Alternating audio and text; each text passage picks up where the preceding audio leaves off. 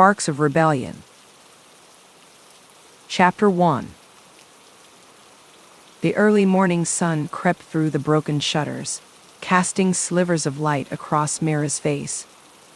She squinted against the harsh glare, uttering a faint groan as she dragged herself out from under the thin blanket. The chorus of coughing and shuffling that filled the cramped room told her the others were awake too. This was life in the kitchen, and no privacy, no decency, but plenty of never-ending noise. Mira splashed some water on her face from the bucket in the corner, its contents already grimy from overuse. She did her best to smooth out the creases in her faded dress, knowing it was futile. Nothing could hide the fact that she was just another slum rat among the countless masses that call the kitchen home. Looking out the fractured window at the forest of gleaming high-rises in the distance, Mira felt that familiar anger swell inside. That was the world of the elite, looming over the kitchen like an alien planet. What she wouldn't give to bring it crashing down. Daydreaming again, came a gruff voice behind her. She turned to see her older brother Gabe regarding her with amusement. His strong jaw was set in a permanent scowl these days. The cheerful boy he'd once been was gone, hardened by life in the kitchen. "Just thinking we deserve better than this," Mira said bitterly. Gabe's scowl deepened. "Well, we ain't getting it. This place is coming down. No matter how much we kick and scream, we're vermin to those suits uptown." Mira knew he was right. The rumors of demolition had been stirring for months. The kitchen was an eyesore to the politicians and their corporate partners who controlled the gleaming city, and they aimed to erase it. As she and Gabe ventured outside, they found the rest of the kitchen's residents going about their morning routines. But there was an edge in the air, a silent panic palpable as the threat of eviction loomed. Where would they go? How would they survive? The government barely provided enough in basic income to scrape by as it was. Mira's parents gave her weary, forced smiles as she approached, but she could see the fear in their eyes. They had tried to protect her from the harsh realities of the kitchen, but soon they would be plucked from this ramshackle life they knew, tossed into the streets with nothing. "There has to be something we can do," Mira said hotly. "We can't just let them destroy our home." Her father shook his head sadly. "I'm afraid we have no power, girl. These people want us gone, and they'll get their wish." Mira was not so easily defeated. As she gazed around at the tapestry of life that filled the kitchen, memories flooded through her mind. Laughter around crackling fires on cool nights. Neighbors sharing food and medicine when rations ran low. An orphan boy Mira had found crying in an alley, now grown and thriving. This was her home, her community, and she would fight for it, whatever the cost. Chapter 2. The next few days were a flurry of anxiety as the rumors solidified into hard truth. Printed notices were plastered on the decaying walls. Residents had 1 month to vacate the kitchen before demolition. An emergency community gathering was called. Mira joined the hundreds of residents, filtering into the cavernous old warehouse that served as their makeshift town hall.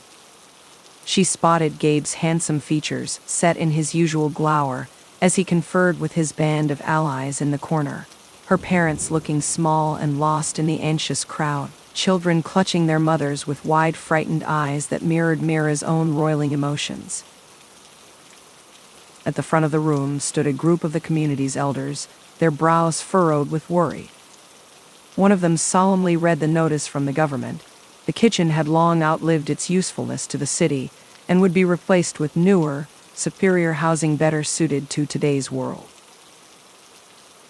Angry murmurs rippled through the room. Superior housing?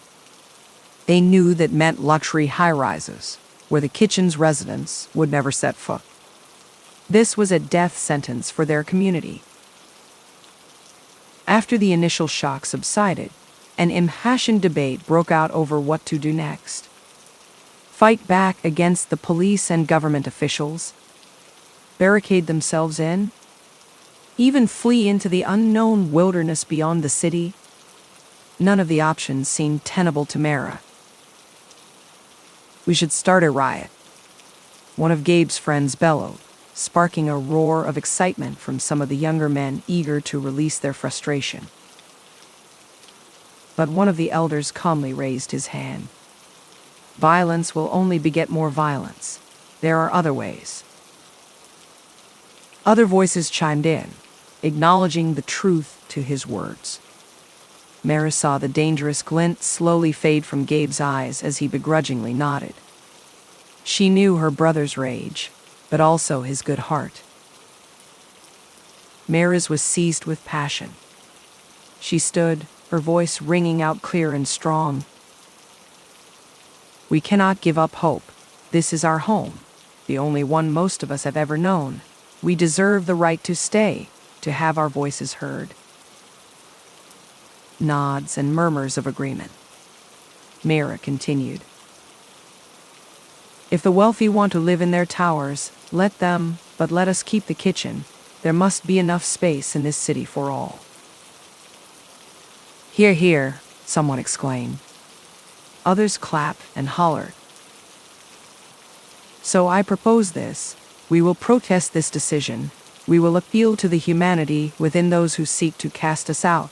We will not be silenced," Mara declared.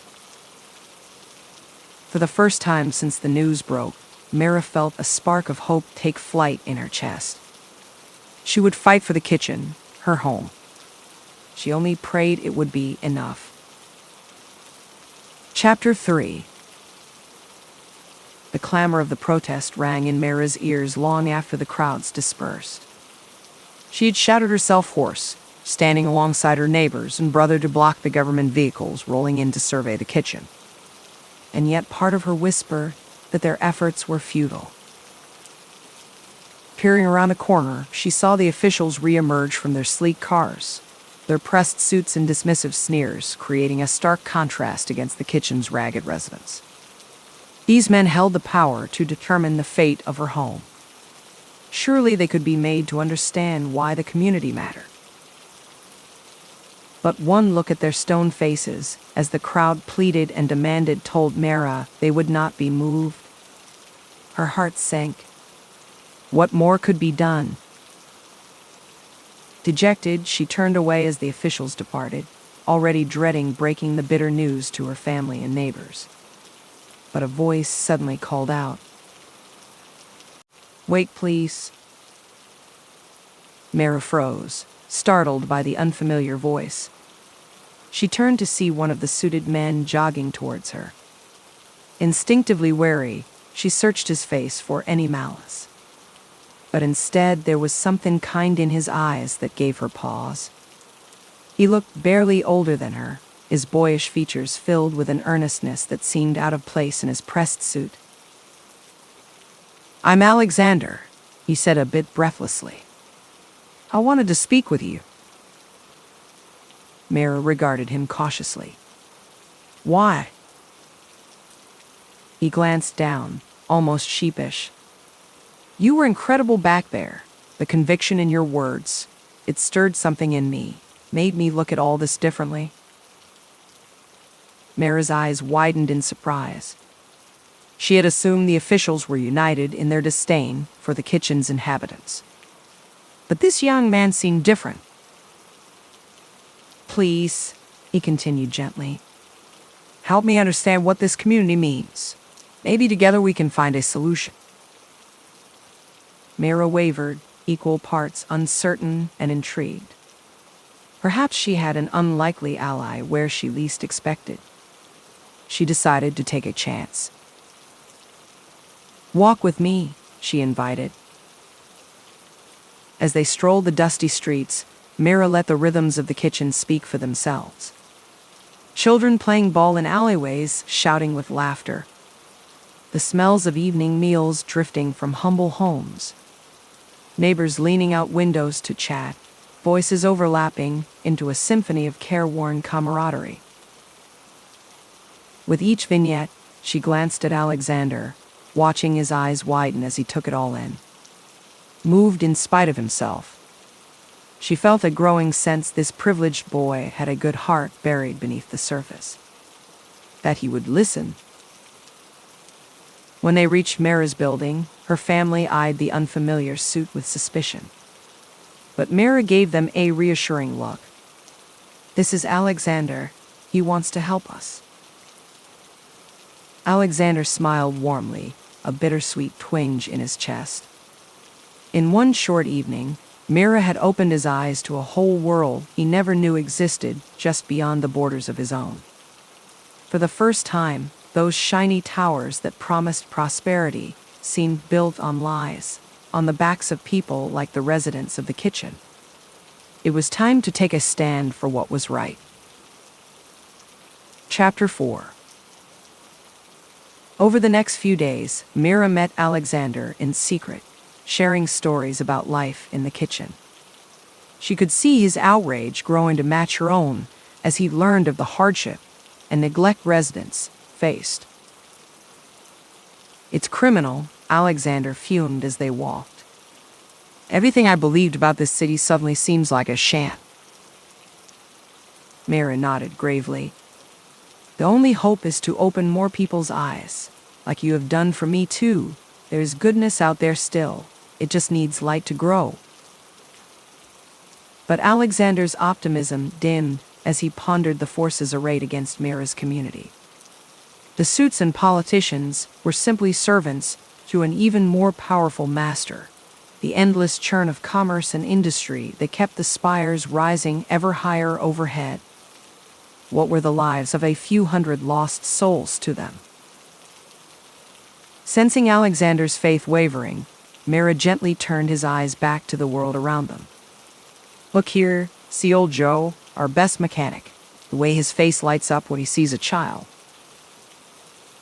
Alexander followed her gaze to an elderly man beaming as he fashioned a toy car for a little boy. "And there, Elaine shares her medicine, though she has little to spare." A frail woman handed pills to a coughing neighbor. "We have created something beautiful here. It's worth fighting for." Alexander nodded, his resolve returning. "You're right, we can't give up." But Alexander's newfound hope was shaken when he returned to the sterile corporate halls that had once seemed so solid and immutable. Now the slick marble and verdant potted plants looked like props in a gilded play where the erasure of the kitchen was a foregone conclusion. He thought of Mira, whose fiery determination lit her eyes with purpose. In the faces of his co-workers, he saw only blank obedience, mouths that repeated official talking points like automatons. How he longed to spark a flame of dissent in their dull eyes. At the next staff meeting, Alexander cautiously raised questions about the demolition plan, hoping to prod some sliver of conscience from his colleagues. But they merely stared before a supervisor reminded him their job was to follow orders, not question them. Stung by their indifference, Alexander realized the scale of the forces arrayed against the kitchen. Like ants trying to divert a river, he and Mira were bound to be washed away by the relentless tide of so-called progress. But they had to try. Chapter 5. As the threat to the kitchen mounted, residents grew more restive, their desperation palpable in the tense night air.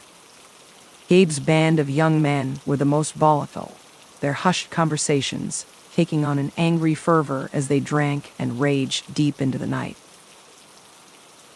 Mira eyed them warily as she passed by their haunts. She knew Gabe's spirit, but also his appetite for defiance.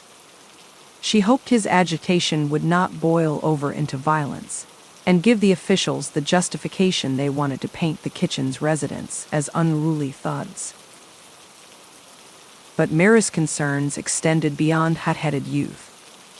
Lately, strange men had been spotted lurking around the community, their sharp suits and surveying gazes setting residents on edge. Mira noticed them recording videos and snapping photos, as if documenting the squalor. Their purposes became chillingly clear the night Mira saw a handful of the men meet with Gabe's band, handing them bottles of whiskey and muttering provocative words she could not quite make out. As the men slunk away, the band's rowdy tones took on a sinister edge that made Mira's blood run cold. She rushed to Gabe, pulling him aside with frantic intensity. "Those men are manipulating you. They want you drunk and angry. Please, Gabe. You must keep a clear head, or we are all doomed." Gabe wrenched his arm from her grasp, rejoining his comrades who jeered at her pleas for restraint. With a sinking feeling, Mira knew any control was slipping from her hands. Gabe and the others were mere puppets on twisted strings, whether they saw it or not. Her worst fears were soon realized. Marching down from the towers came phalanxes of riot police in full body armor, towing armored trucks and weapons designed to crush rebellion. Their coordinates for deployment: the kitchen. An anguished cry escaped Mira's lips. This was what the suited men wanted all along, to create the illusion of lawlessness that justified a crushing display of martial force. The final pretext to wipe the kitchen off the map for good. In the end, the riot police merely stood by while Gabe's gang enacted the script already written for them. As bottles flew and fires raged, Mira could only watch helplessly as her home descended into orchestrated chaos, any goodwill between rich and poor turning to ash before her eyes. The kitchen would burn that night, and the city would believe it deserved its fate. Chapter 6. Morning's harsh light illuminated the full extent of the devastation. Smoldering piles of rubble that had been homes. Market stalls reduced to cinders. The elderly and infirm huddled on street corners, their eyes hollow orbs. It was far worse than Mira could have imagined. She desperately hoped her family was unharmed, picking through the wreckage calling their names. But instead she found only Gabe, sitting on the cracked steps of their building with his head in his hands. At the sight of his sister, fresh anguish flooded his face. "Mira, I'm so sorry, the riot, I thought I was helping but..." His voice broke, shame constricting his throat. Mira sat and gently lifted his chin to meet her gaze. "You couldn't have known their true motives, but now you see a violence breeds more violence. The only path is compassion." Gabe let out a long breath, his eyes clearing from their angry haze for the first time in months. He pulled Mira into a tight embrace. "You're right, I've been a fool, so blinded by rage, but no more." He turned and looked at Mira urgently. "We must stop seeing them as enemies and make them understand we're all just human." Mira nodded, her heart lifting. The brother she knew and loved had returned to her. Perhaps this tragedy could still bring greater unity. News spread that city officials would be touring the kitchen that very morning to survey the damage, likely sealing its fate. Mira and Gabe exchanged a tense but hopeful look. This could be their last chance. As the suited figures wandered through the rubble, grim faces confirming the neighborhood's unworthiness, Mira stepped forward, Gabe beside her. "Sirs, we ask you to have mercy. This violence was incited by others, but still we take responsibility. On behalf of my people, I ask forgiveness and a chance to rebuild stronger than before." Other residents echoed her plea, hands clasped in humble supplication. Even Gabe knelt solemnly before the suits who had played him for a fool. For a moment, something seemed to shift behind the official's eyes. But then the shutters closed once more. Their spokesman shook his head. This lawlessness only proves that the kitchen cannot continue. The demolition will proceed on schedule. They turned swiftly, deaf to the cries of anguish around them. Mira felt something inside her break. Were they so blinded by disdain they could not see the humanity before them? She had prayed for a miracle, but none had come. Chapter 7. In the weeks after the failed appeal, a grim acceptance settled over the kitchen. Some residents secured temporary lodgings with friends in neighboring areas, or scraped together transportation out of the city toward some uncertain future. But many had nowhere to go. They simply waited, their lives packed into boxes and bags, as the days until demolition dwindled. Mira's parents were among those choosing to leave, her father's arthritis and mother's weak heart making life on the streets too dangerous. As they prepared to depart, Mira made an anguished decision. "I'm staying. I have to see this through, for all of our sakes." Her mother began to protest, but her father raised a hand. They exchanged a long look of understanding, then turned back to Mira with solemn nods. This was her purpose. After tearful goodbyes, Mira watched her parents' transport disappear down the dusty road beyond the kitchen's bounds, her heart cracking but resolved. She would stay until the end. With Gabe still consumed by shame, Mira knew she must carry on their fight alone. But her pleas had fallen on deaf ears. She needed leverage, a way to hit the powers that be where it hurt. As she pondered her options, Mira suddenly remembered Alexander. Perhaps with his connections, she could access information about demolition plans and contracts. She might find something incriminating to force a reckoning. It was a thin hope, but her only one. Tracking down Alexander proved surprisingly easy. He had been seeking Mira out too, distraught to find the kitchen vacated and condemned after the riots. His soft eyes filled with sorrow when she shared news of the impending demolition. "This is a grave injustice. You have my word I will help however I can." Mira quickly outlined her desperate plan to uncover information that might halt the demolition. Alexander's gaze turned thoughtful. "My family's business has major real estate contracts with the city. If I can get inside, I may find something useful." He noted Mira's ragged dress with a worried frown. "But gaining access requires blending in among a certain set. Tell me, how adept are you at playing a role?" Mira straightened her spine. If this was their only remaining path, she would tread it, no matter the cost to her pride. "I can handle myself, just get me through the door." And so Mira found herself scrubbed, primped, and poured into a maid's uniform several sizes too large. She glared at her strange reflection in Alexander's ornate bathroom, tugging in vain at the ill-fitting dress. "Welcome to the family estate, Miss Mira. We are pleased to have you on staff," Alexander said with exaggerated formality and a playful grin. Despite herself, Mira had to laugh. "Why, thank you, kind sir. I look forward to serving your household." As Alexander led her through the palatial rooms, Mira gazed wide-eyed at the vaulted ceilings, dripping in chandeliers, plush furnishings nestled around roaring fireplaces. Such luxury she had never known existed. The family treated Mira with polite indifference, seeing only a young maid likely from the slums. She in turn kept her eyes lowered demurely, avoiding notice.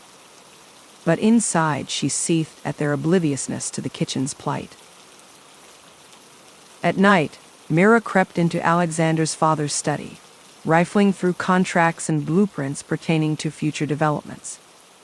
Most were mundane, but finally she uncovered a name buried in the details, a shell company that seemed to be guiding each step of the demolition discreetly on behalf of the city. She pressed the documents into Alexander's hands triumphantly. "This is it, our smoking gun. If we expose whoever is behind this, we can stop them." Alexander traced the cryptic company name, brow furrowed. "I know this firm. Their activities are intentionally opaque. But it's a start. We must follow the trail wherever it leads." For the first time since her world collapsed, Mira felt a spark of hope. The odds were still long, but posing as a humble maid had unlocked the first promising lead. She would search every corner of this gilded cage, no matter the cost to her dignity, until the kitchen's survival was secured. Chapter 8. In the weeks that followed, Mira settled into an uneasy routine within the household that had become her makeshift headquarters. Keeping up the facade of dutiful service while continuing her secret investigation proved even more challenge than she had anticipated. The family mostly ignored her, but occasional probing questions sent Mira's heart racing. "What part of town did you say you were from, dear?" the lady of the house asked absently as Mira poured her tea. Thinking fast, Mira affected a shy grin. "Oh, we moved around quite a lot, ma'am. My parents finally settled just west of the river before the past." The lady nodded indifferently and waved her off. Mira kept her charming smile plastered on until she turned the corner, finally allowing herself a relieved breath. Her fictional backstory held for now. Meanwhile, any time the master's study door was left unattended, Mira scrambled to comb through his confidential files, seeking more details about the shell company behind the kitchen's demolition. Each small clue led deeper into a labyrinth of obscurity. Alexander proved an invaluable ally, gaining his father's trust to be granted access to high-level meetings where he subtly steered conversations toward city development projects. Bit by bit, the web untangled. But even as the murky picture clarified, Mira felt time slipping away. The demolition grew nearer by the day. And still the core puppet masters pulling the strings from the shadows remained elusive. Frustrated tears stung Mira's eyes as she scrubbed the marble floors late one night. She had sacrificed so much, degraded herself to grovel in this house of lies. But it still was not enough. A gentle hand touched her shoulder. Alexander's voice was soft with shared sorrow. "Your people have endured much, but you inspire me to keep fighting for what's right. We cannot surrender yet." Mira turned to him, fire returning to her reddened eyes. She would not wallow in self-pity any longer. Rising to her feet, she embraced Alexander firmly.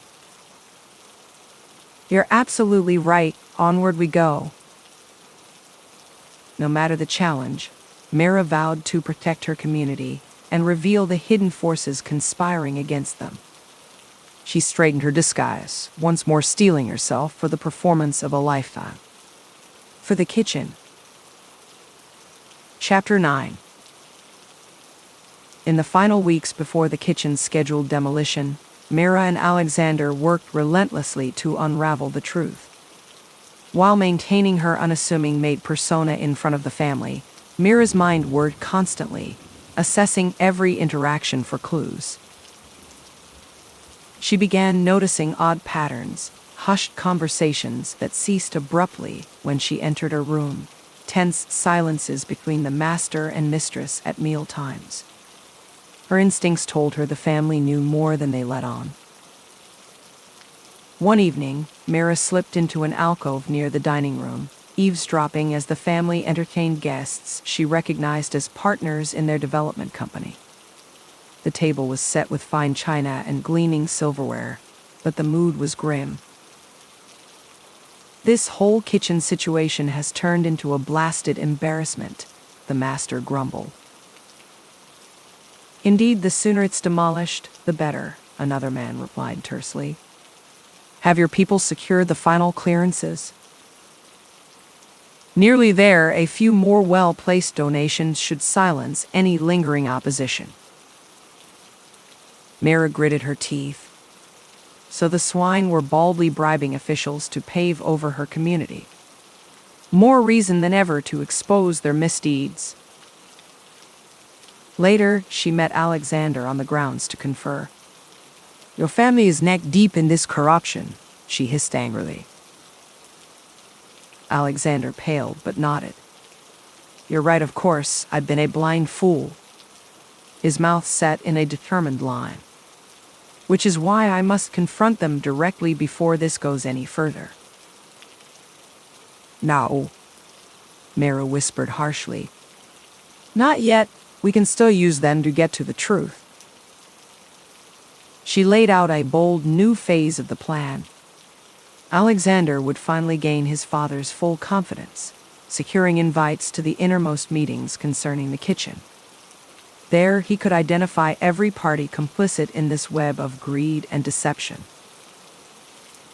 When the time is right, we will present irrefutable evidence and bring these vultures to justice, Mira said fiercely.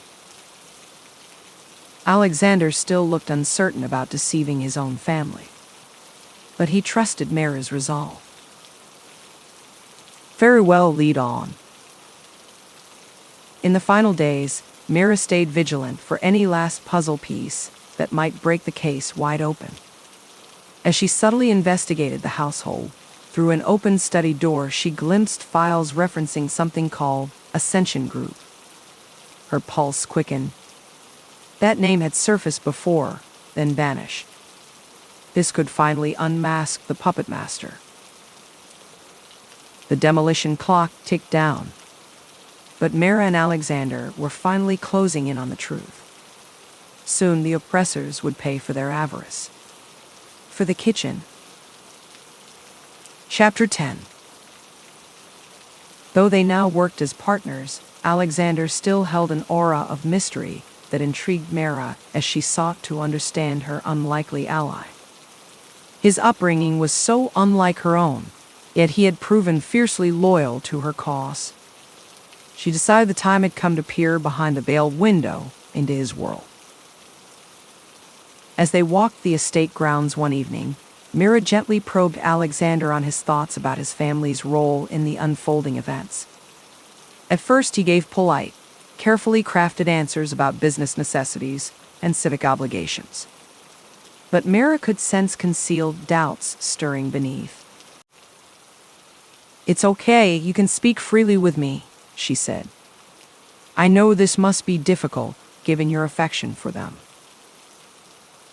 Alexander hesitated and sighed heavily. You're right, of course. I've been troubled for some time by my family's disregard for anything beyond our own profits and status.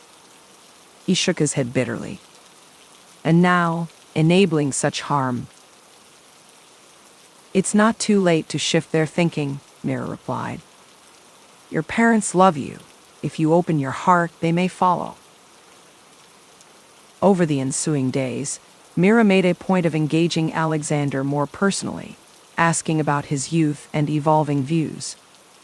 He confessed past elitism that went unquestioned until he met her. In return, she shared stories of the kitchen's resilience that moved him deeply. A closeness grew between them that both exhilarated and frightened Mira in equal measure. In another life, could something more have blossomed? But she refocused on the goal that bound them at justice. At her gentle prodding, Alexander began appealing to his parents' empathy, reminding them of ideals they once held dear, before wealth and power corrupted. Mira could see them wavering slightly under their son's heartfelt pleas. Perhaps minds could still be changed. But as the final day neared, Mira saw the demolition's cruel machinery churning inexorably onward. She battled growing despair, pushing it down with steely focus. The time was fast approaching for their final gambit. She only prayed her trust in Alexander was not misplaced. An entire community's hopes now rested on his shoulders. Chapter 11. This was it, a demolition eve. Workers had already erected barricades around the kitchen's perimeter, standing by to clear away the wreckage at first light. For Mara and the holdouts, still huddled in their condemned homes, this was their final night. Drawing on all her courage, Mara readied herself for the most pivotal moment yet. She and Alexander had gathered irrefutable evidence of bribes and coercion by those in power who were driven only by profit and prestige, with no regard for the lives they destroyed. Armed with their incriminating files, Alexander arranged an emergency meeting with his parents and their partners to make one last appeal before the dust settled.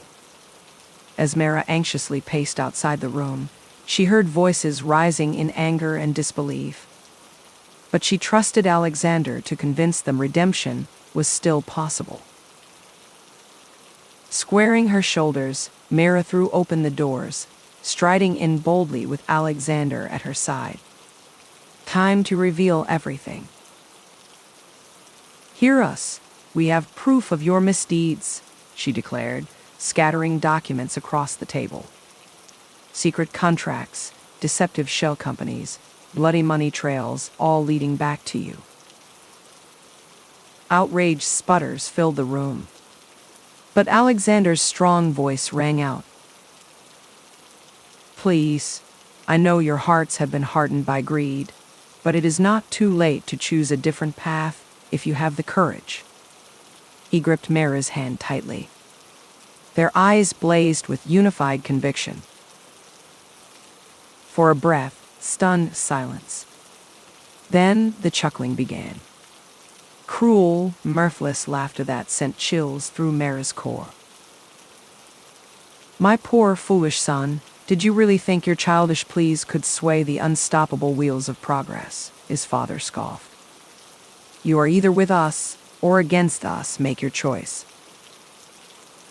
Alexander stood tall. "Then you leave me no choice at all. I stand for people before profits. Morality before power. I stand with her." A roar of rage. Guards seized them roughly. As Mara and Alexander were dragged away, she glimpsed his parents' stone faces watching their son with disgust. The final fragile bonds of family snapped forever.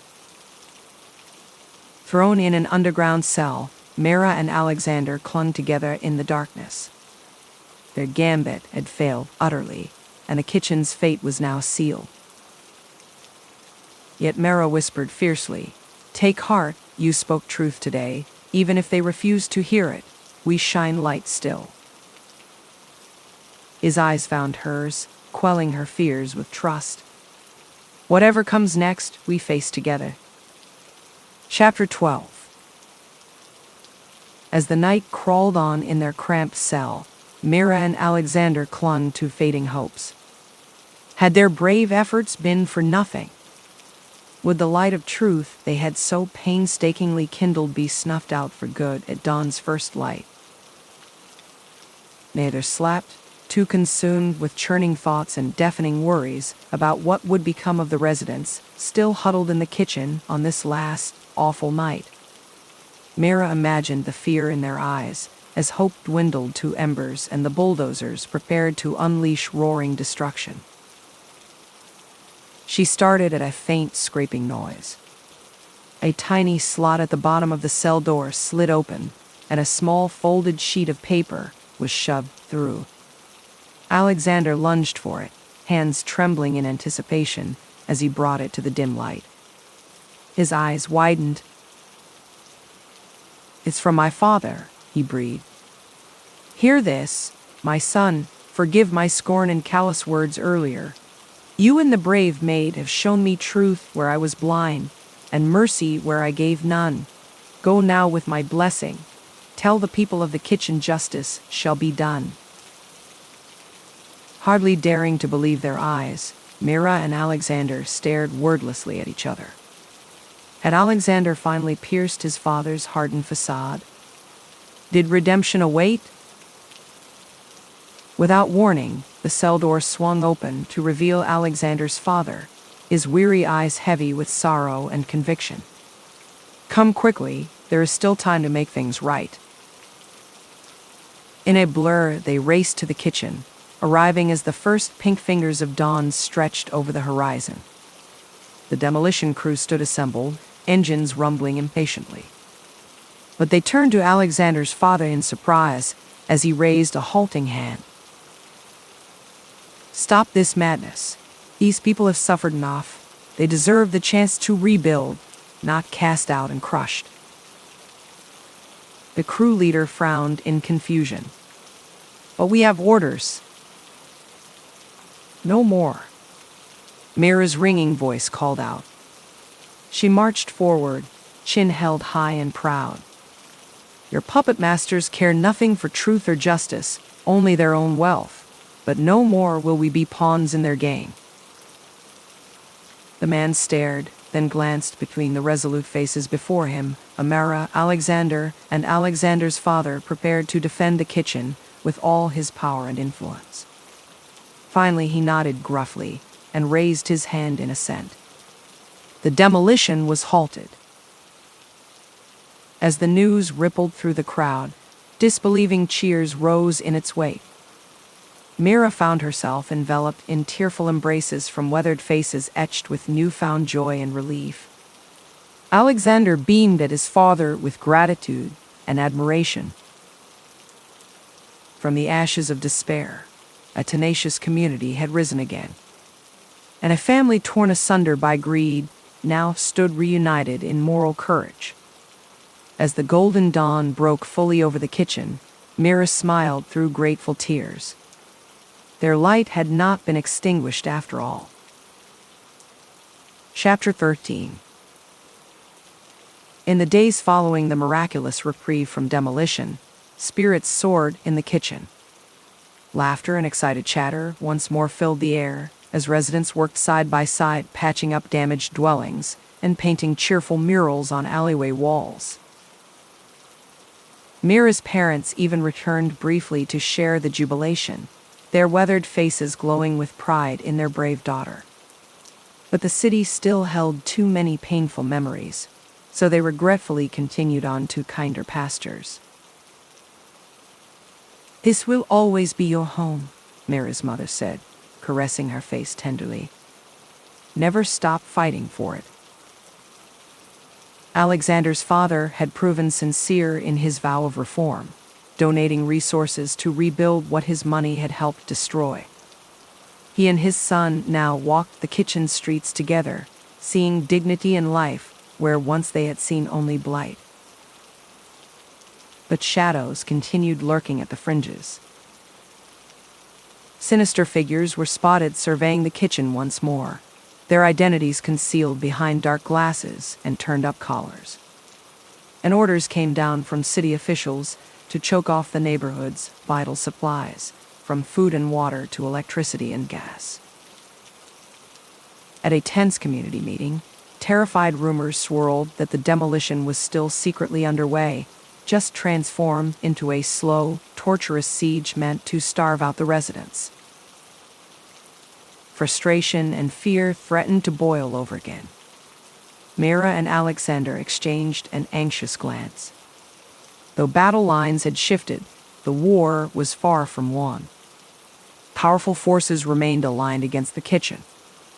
Their reprieve was only temporary, unless those puppet strings could be cut for good. In a private moment, Alexander swore to Mara that his father was already working back channels and making overtures to his former partners, hoping to sway them toward compassion as he had been. But Mara sensed time was running short. The ruthless city officials and their corporate allies were eager to resume plans to raise the kitchen and cash in on the would-be wasteland. And they were masters at finding ways to justify their cruelty. Sure enough, during an impromptu neighborhood song circle one night, rough hands seized Mira without warning, dragging her toward a waiting vehicle as she kicked and screamed. She glimpsed exaggerated headlines flashing already. Radical kitchen agitator detained. With her voice conveniently silenced, the machinations would churn on unrestrained. As Mara was shoved inside, and the van sped away, she raised her fist in defiance. Though this was but one battle in the ongoing war, she knew with utter conviction that eventually justice would prevail. "The light you helped spark will not go quietly into darkness," she whispered into the cold night wind, swirling past the van's slit windows. "This is not over." Chapter 14. Alone in her dim holding cell, doubt threatened to overwhelm Mara. Had she and Alexander been naive to think a few earnest hearts could change the monolithic systems that deemed the kitchen and its people disposable? She paced the confines like a caged animal, mind racing. Their brave plans now seemed little more than idealistic folly. And her own righteous anger had blinded her to the true nature of the forces bearing down, not individuals to be swayed, but the very foundation of power and money that propped up the gleaming towers overhead. Could light pierce such darkness? Had she led her people astray? Time crawled on. No visitors came, no news from outside. Had she been forgotten, abandoned? As Mara's hopes guttered low, she was startled by approaching footsteps and jingling keys. Her cell door creaked open to reveal Alexander, face drawn but eyes alight with urgency. "Come quickly, we must speak." He led her to a small visitor's room where, to her astonishment, his father sat waiting. As she hesitated, Alexander spoke fervently. "There is much to discuss, and our time grows shorter by the day. First, you must know the charges against you were dropped. The city officials had no grounds to hold you. You are free."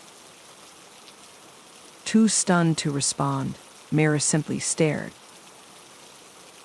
"My father has been hard at work behind the scenes," Alexander continued, "and we believe we have finally uncovered the root of this evil."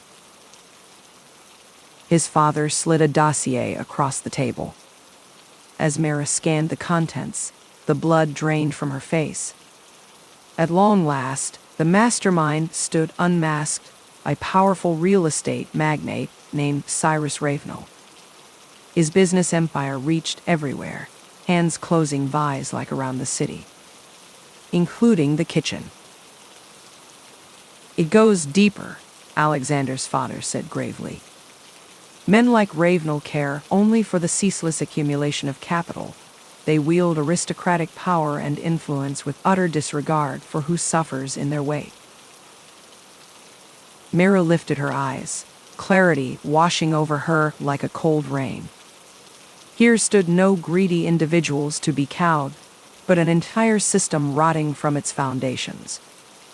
If the kitchen were to survive, truly radical change was required.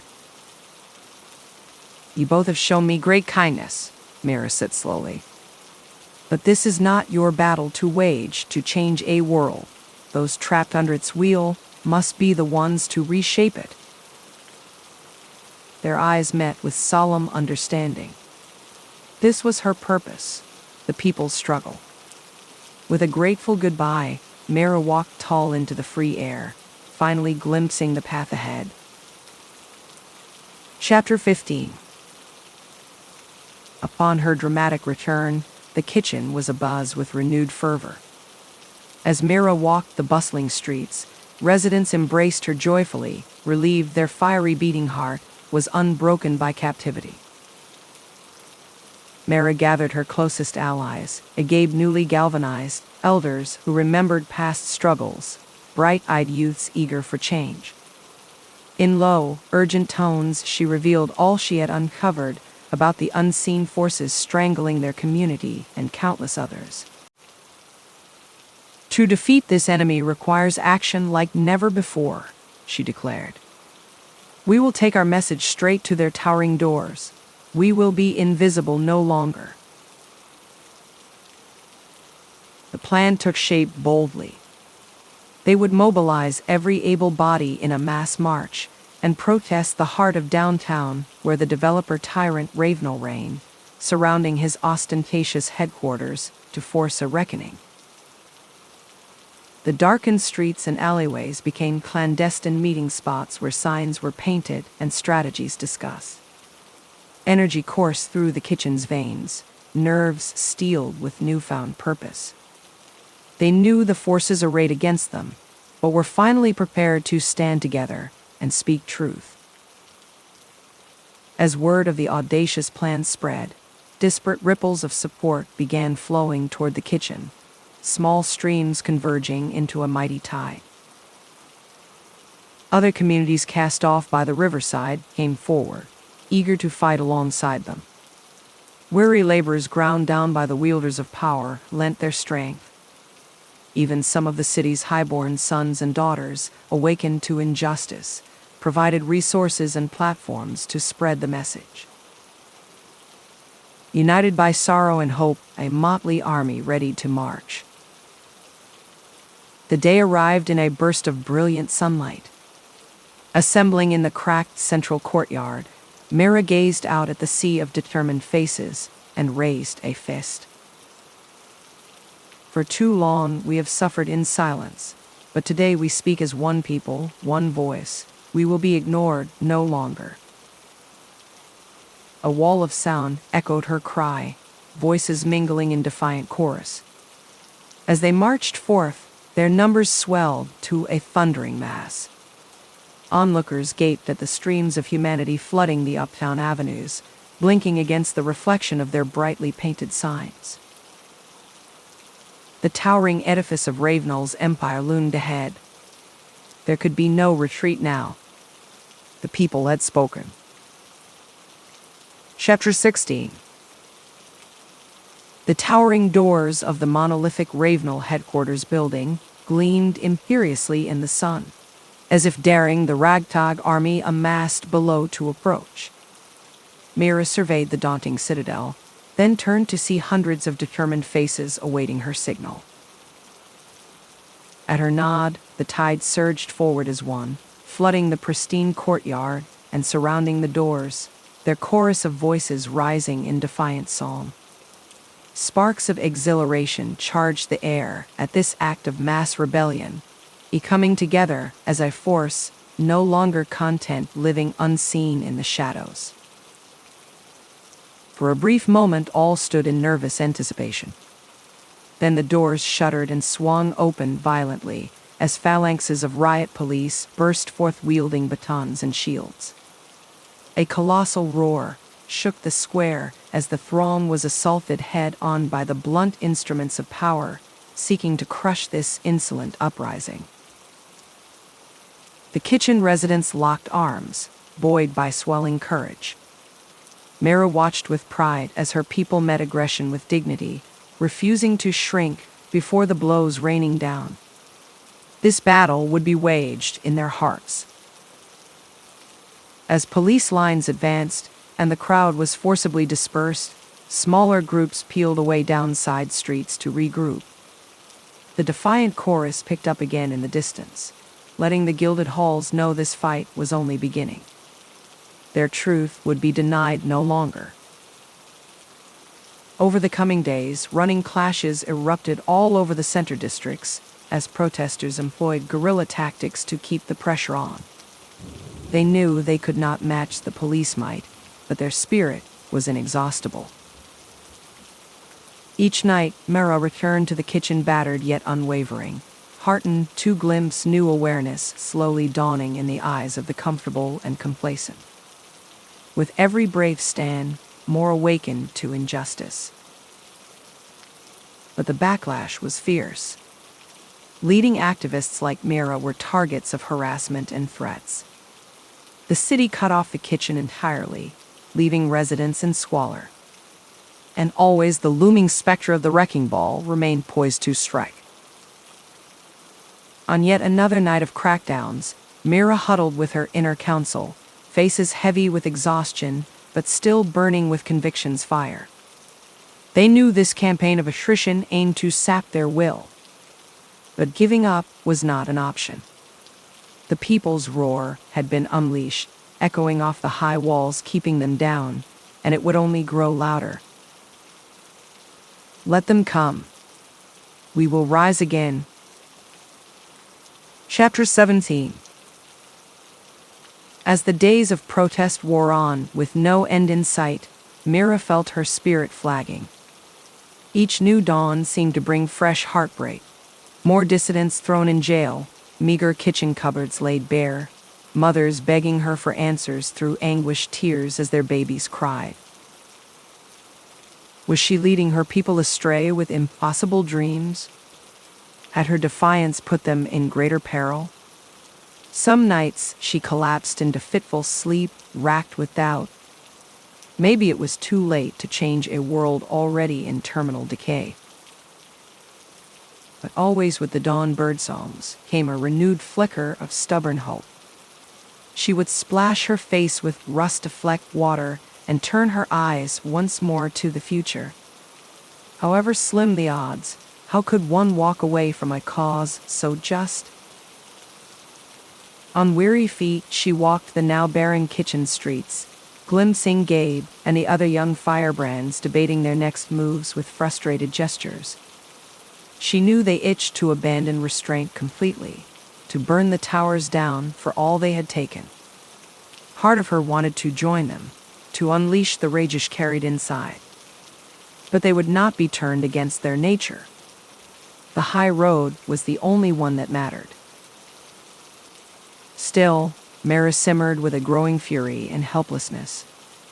Every rational appeal, peaceful plea and gracious concession had been met with indifference and worse. She thought of her mother and father, now permanent refugees from this home they loved. Only direct action made noise. Only force created change. That night, Mira lingered alone as the others drifted off to find what fitful rest they could. She wandered to the kitchen's heart, gazing up at the massive wall of one of the luxury high-rises hemming them in on all sides, feeling suddenly small and ineffectual. What was one girl against these monoliths? Just more kindling for their fires. With a cry of anguish, she crumpled to her knees. Eyes squeezed shut, hot tears traced down her ashen cheeks. Was it time to surrender this crusade as the naive fantasy of a sheltered child? To relent and watch her world fade quietly into the night? But as she bowed her head, Mira glimpsed tentative light reflected on the cracked cement before her. She raised her eyes once more to the glittering city walls and saw endless stars gazing back. The light persevered, always, if she had the will to see it. With new breath in her chest, Mira rose. If darkness prevailed, it would not be for lack of her trying. Chapter 18. The defiant protests escalated dangerously until the city had become a virtual police state. Beatings of restrained dissidents sparked public outrage, while also causing some to waver in their commitment. As Mira tended to the growing roster of wounded resistance members, she grappled with her next move. Some urged abandoning the streets for the relative safety of their homes to regroup. But Mira knew that once the momentum was lost, the darkness would swiftly close in again for good. Their only hope was to keep up the pressure. Late one night brought an unexpected visitor to Mira's modest quarters, Alexander.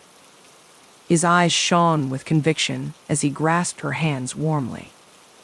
"Friend, I bring news. My father has secured a high-level meeting with the authorities to plead for reason, but he needs both of us by his side if the appeal is to have weight." Mira wavered, her faith in talk weakened by bitter experience. Yet Alexander's gentle eyes stirred her heart. She nodded slowly. "Very well, lead on."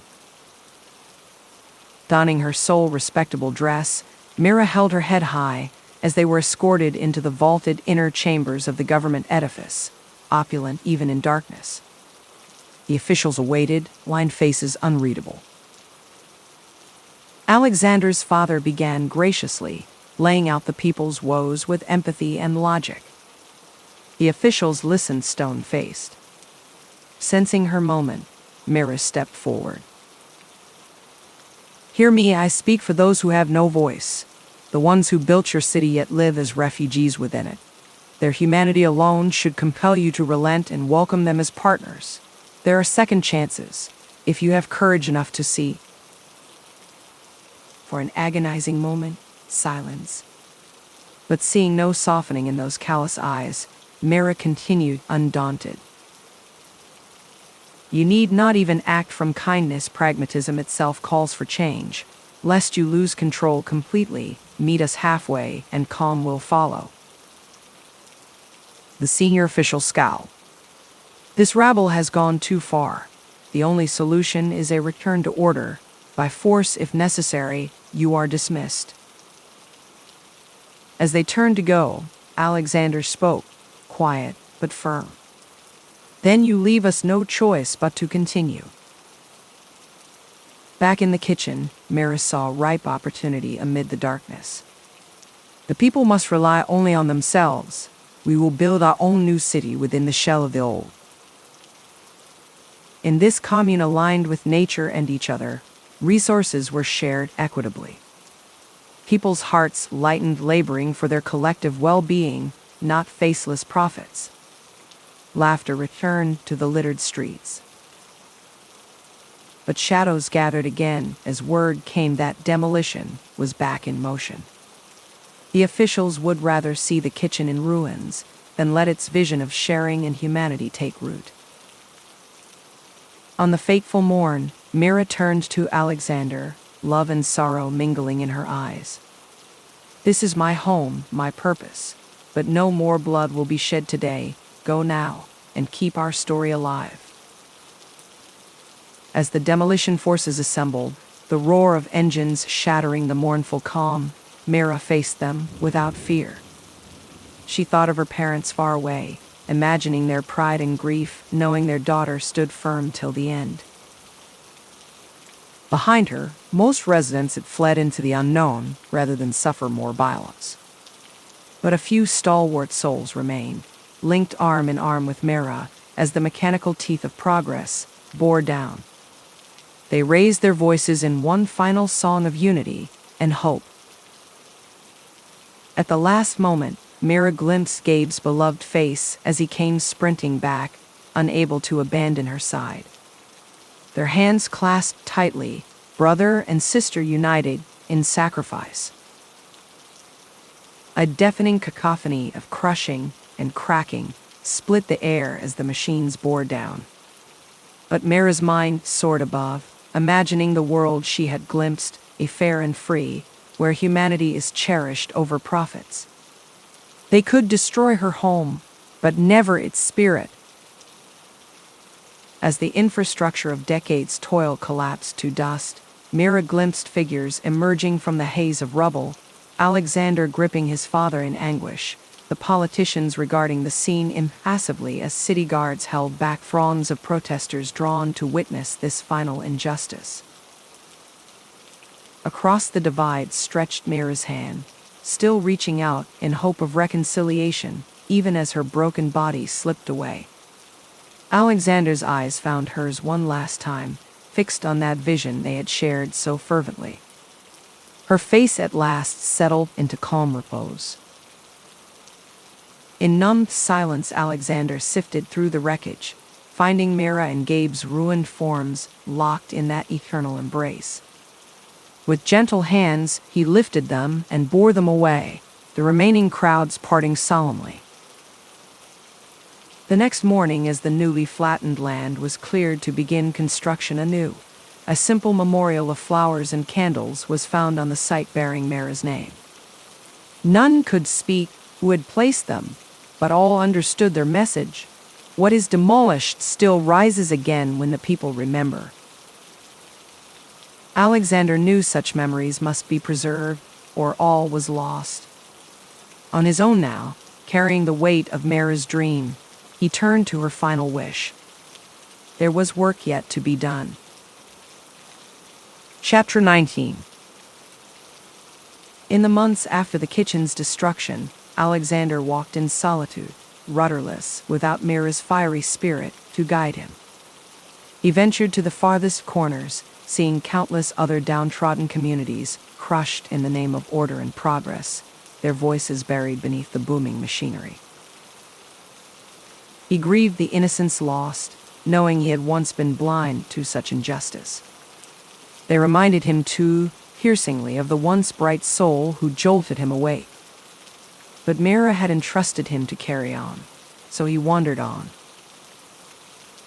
Gradually, Alexander found himself drawn back to the city center, that great engine disregarding the lives it consumed. But as he walked those familiar streets, he now saw them with clear eyes, beholding the cracks in the facade. In the weary faces that stole past in the shadows, darting nervous glances at the looming towers, he saw glimmers of shared sorrow and longing for something more. In furtive words whispered between friends and lovers, he heard restless stirrings, a simmering anticipation of change. The spirit of Mira lived on, even here in the belly of the beast. One day Alexander heard crying and familiar shouts of contempt. Peering down an alley, he saw a police officer berating a ragged street girl. Before he knew what came over him, Alexander rushed to place himself between them, facing down the officer's cruelty with steely calm. Surprised, the man backed away, leaving the girl unharmed. Others gathered in awe, having witnessed this unexpected act of courage. The crowd swelled around Alexander, drawn by his air of resolute empathy reminiscent of the lost martyr they had loved. "My friends," Alexander spoke hesitantly, "I share your sorrows, but hope is not lost while we still draw breath. We must be the light drawing others out of darkness." In that moment, Alexander realized his new path forward. He must kindle the spark left by Mira's sacrifice wherever it lay dormant, fanning the waiting embers into flame. Soon familiar faces resurfaced by his side, stalwarts like Gabe's bold lieutenant and wise elders, drawn by whispers of Alexander's deeds. At their urging, he traveled from one downtrodden quarter to the next, seeding solidarity and reigniting battered courage. The burned and broken places began to stir once more with murmurs of change rippling outward. Gradually, the disparate camps saw themselves as one unified force, an awakened people ready to shape a more just world. Their visions spread as more open hearts answered Alexander's call, the city stirring from its complacent slumber. From tragedy and loss, a new equilibrium emerged founded on hope and truth. At last, on the anniversary of Mira's passing, the united people marched again upon the citadel, no longer a defiant mob, but an assembly of equals ready to shape a common future, stronger for their shared adversity. Alexander raised a torch, signaling the next chapter at dawn. Chapter 20. As Alexander stood amid the crowds streaming toward the city's center, under banners of change, he allowed himself a moment of bittersweet reflection. Here hope was reborn from the ashes, but only after tremendous sacrifice. This promising new chapter was bought at a terrible price. He thought of the blithe and idealistic youth he had been, ignorant to realities beyond his sheltered bubble.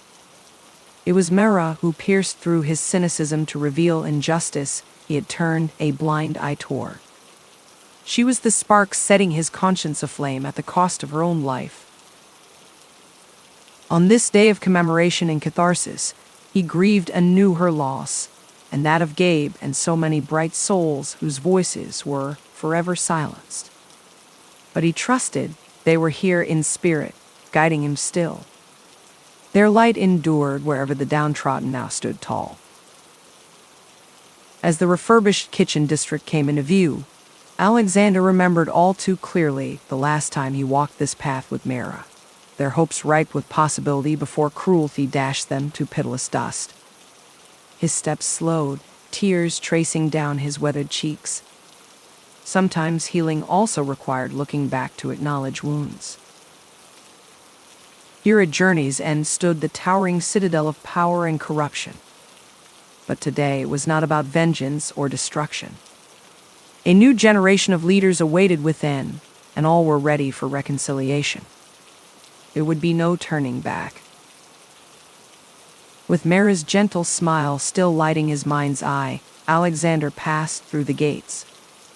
Assembly delegates mingled and conferred under soaring atriums once forbidden to their ill. Laughter and impassioned conversation echoed where once there had been only silence and fear. The chief arbiter, a wise elder woman named Jada, came forth to embrace Alexander warmly. "Welcome, friend. What was broken will be made whole." As Alexander settled wearily into a seat at the great table, he noticed wistful melancholy ripple across the gathered faces. Though bold dreams were blossoming, the price was still raw. Nothing could restore all that was taken. But they would honor that loss by creating a society that prayed such sacrifice never be required again. Jada raised her gavel and intoned gravely, "Let this historic conference begin. We gather not in hatred or celebration, but resolve." Together they took their first steps into the future Mara, and so many had given everything to see. The work would be long, but looking around at these faces, open and honest, diverse yet united, Alexander felt certain this time hope would overcome. Chapter 21. In the months and years that followed the historic rebirth of Alexander's city, a cautious optimism took hold as old divisions mended. Concrete gains nourished ideologies, tender shoots, homes rebuilt in kitchen rows, equitable schools and hospitals rising in the shadows of former slums. It was a tediously slow process, frustration ever threatening to unleash chaos again. But leveler heads like Alexander's kept the people's collective spirit trained on the horizon, gradually drawing even stubborn hearts toward reconciliation. Now a seasoned elder himself, Alexander walked with pride through kitchen streets, where children ran laughing once more, much as Mira had in her stolen youth. But he took care not to let nostalgia blind him to continuing injustice. Hardships were still plentiful, discrimination lingered in calloused minds. Equality was a garden requiring constant gentle tending. Nonetheless, roses bloomed where once only brambles and brush held sway. In councils of power, seats were now reliably filled by fresh voices from diverse walks of life. Policies bowed to people's real needs, not the insatiable hunger of commerce. It was the society Mira had only glimpsed in her most soaring dreams. On bittersweet evenings, Alexander would retire to his modest dwelling and pore over the copious notes and diary entries from his tumultuous younger years when Mira first opened his eyes. Her spirit was etched on every page, her unique fire animating each remembered dialogue and scene. Though decades had passed, Alexander found solace keeping Mira's restless soul alive through acts of remembrance. He welcomed humble travelers and youth groups to share her tragic tale, visit her shrine, and keep her dream thriving in their little portion of a gradually healing world. "Your faith gave me a great gift I can never repay," Alexander would often whisper to the empty air, as if she still stood beside him. "Now I give my all to deliver the city you loved from darkness, even if only in some small way." He knew the work of generations is never completed in one lifetime. But the torch passed from Mira's hand to his still burned bright, kindling the way forward for those to come. His last years were spent happily recording their shared journey. And when Alexander's own fire finally faded, he passed on knowing justice does not relent, nor do those who carry its light within them. Their story would endure to guide others. Epilogue. Long after Alexander took his place of honor among the venerable guardian spirits watching over the city, young ones still made pilgrimage to the unassuming Museum of the Revolution. There they saw faded portraits and cracked artifacts that transported them back through the decades to walk alongside heroes from a turbulent era enduring in memory. Wide-eyed tour groups wandered the refurbished kitchen exhibit, now an open, cheerful community center, its resilient spirit persevering through the years. Visiting these humble roots kept their feet planted firmly. Sunlight streaming through crystal atrium windows illuminated the Grand Unity Sanctuary, rings of chairs packed with officials from all tribes and persuasions.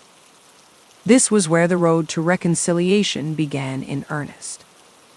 All were awed entering such hallowed halls. But most flocked eagerly down the spiraling galleries, displaying a meticulously detailed history of the uprising and its many players. At its heart stood a solemn circular chamber, where miraculous lives cut tragically short were immortalized forever. Their young ones met the brave siblings Mira and Gabe, seeing themselves in those steadfast gazes which even cold marble captured arrestingly. And beside them stood Alexander, the fallen heir who took up their burden. Youth paused reverently before these beating hearts still too soon. All knew their shared sacrifice paved the way for the just world now blossoming outside. Leaving the sanctum's sheltering wings, the people flowed together down the grand promenade, where the masses marched that fateful day, merging into one great force. They pictured themselves among that resolute throng. As their footsteps followed along the winding path their ancestors carved through struggle, each felt Mira's defiant spirit soaring within. Her people yet drew breath, still carrying the torch she ignited toward society's bright horizons. Though sinister echoes of past darkness would always nip at the back of minds, these living monuments nurtured their community's resilience. Together they ensured the mistakes preceding their enlightened era stayed seared in memory. None walked away unchanged. The echoes of history shaped eager hearts, preparing them in their turn to meet the ageless call for justice. The cycle spun on, but pointed forward. Those who were lost lived on, within those still fighting toward the dawn. The end.